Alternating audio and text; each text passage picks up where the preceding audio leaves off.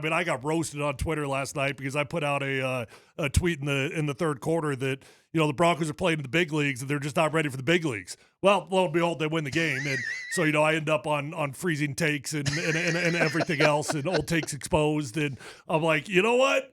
I wasn't wrong, but I'm happy to be wrong. I'm happy to be a dummy on this one. I'm happy the Broncos was able to fight back, be in the big leagues. But it was a pretty amazing turn of events from 3 quarters of pretty just desolate football to being perfect in the fourth. Well, by the way, look at the headline on ESPN2 right now. Why can't the Eagles figure it out on offense? Yeah, and yet they were like, whatever. The 2 games Denver lost, they played pretty well through the first 3 quarters and then spit the bit in the fourth quarter. Yeah. This game, opposite. Completely opposite. I mean, they spit the bit. Bo was 10 of 21 at half.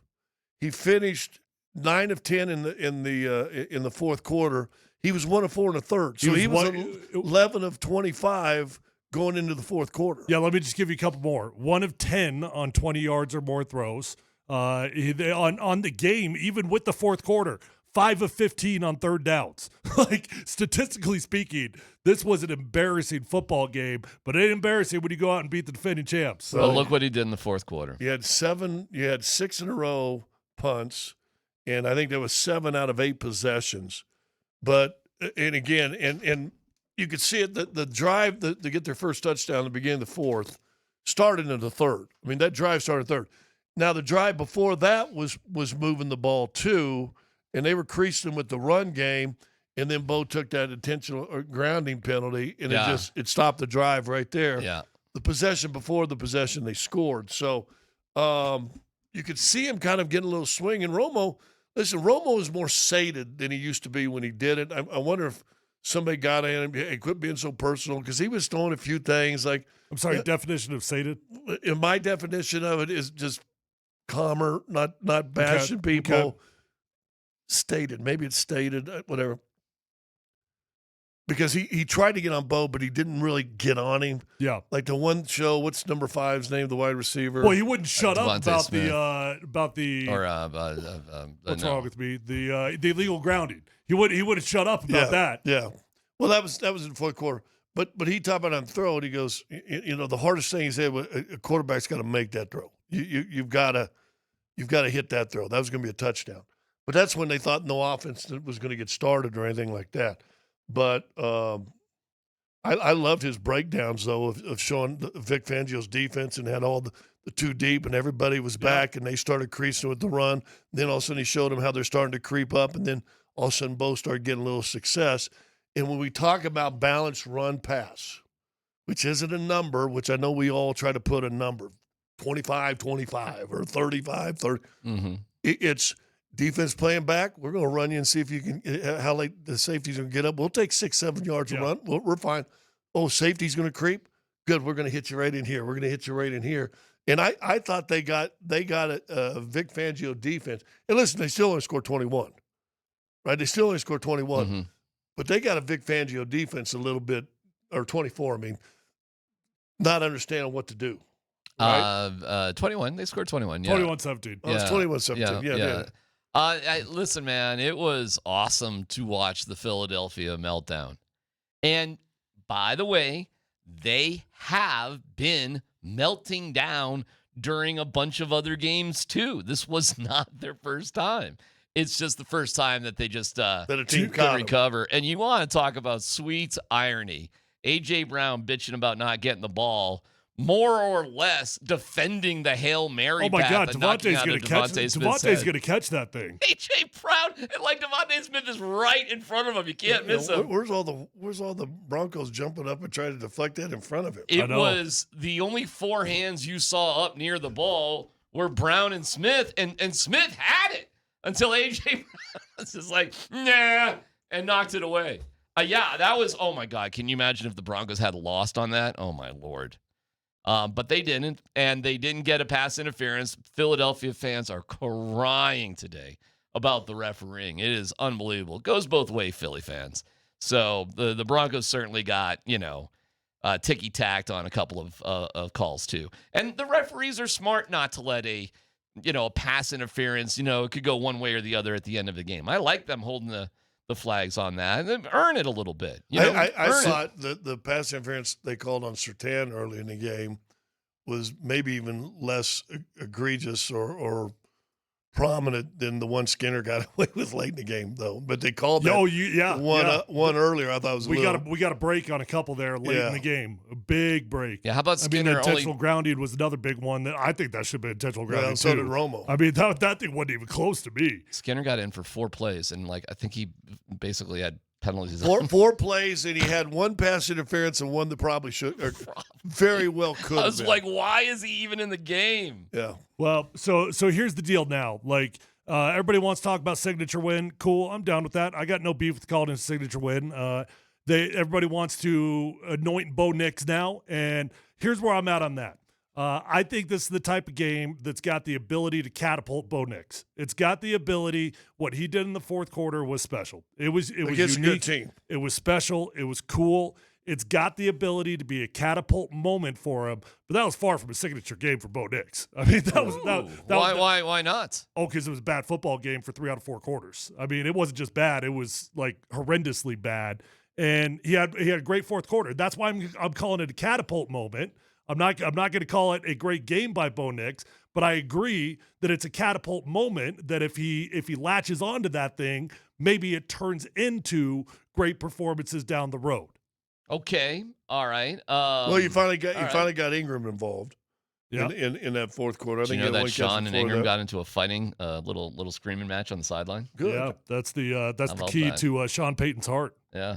I don't disagree with that. Payton was like, he pissed me off. I probably pissed him off, and then we figure out how to get him a ball. He wasn't even supposed to get that ball. He wasn't the primary target on the touchdown. He was like a dump off check, sort of deal. So it's interesting. Ingram and Payton were going at it. Hey, listen, Ingram that's the way to Payton's heart. I don't know. Made that play. Yards after catch were big right there in the red zone where it's always tough, and he found a way to get to the end zone. He also, on a first down, on a third down play in that fourth quarter, might have been that drive or the one before, made a great catch on a slant. The ball was high and away from him, behind him.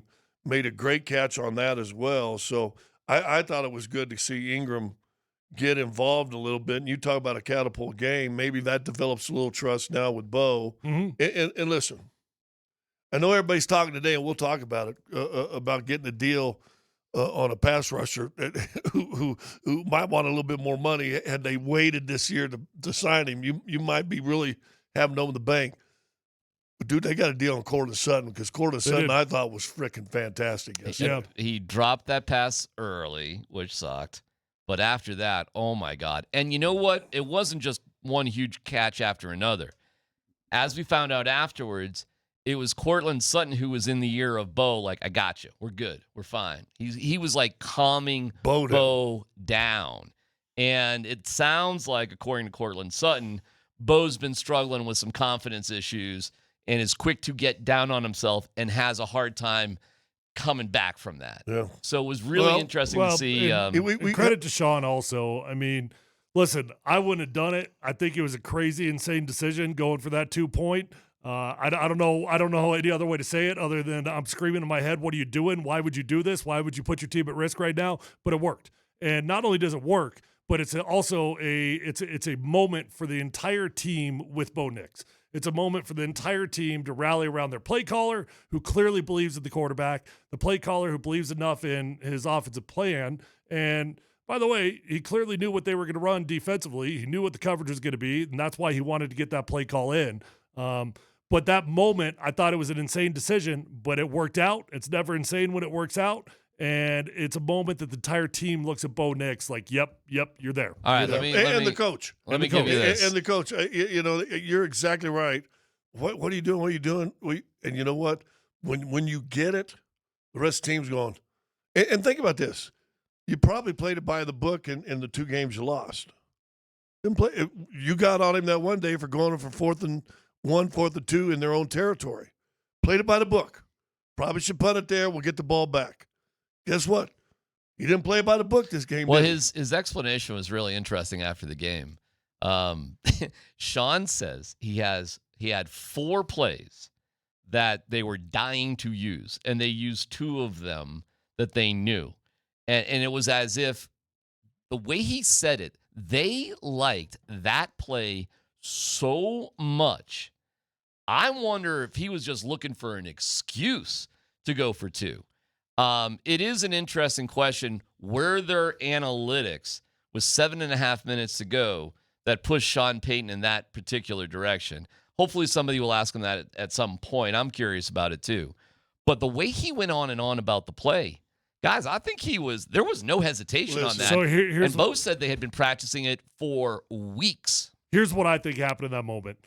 Maybe there's some analytics behind it. I don't know. But what I really think happened in that moment is that was a play caller that watched the film.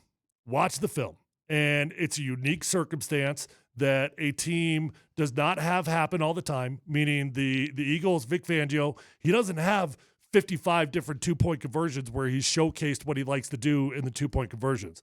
But what I bet you Sean saw, I bet you he saw a defensive coordinator that called the same coverage every single time he was in a two-point conversion, and he said, "You know what? I'm banking on it. I'm throwing it on red because it's landed on red every single time."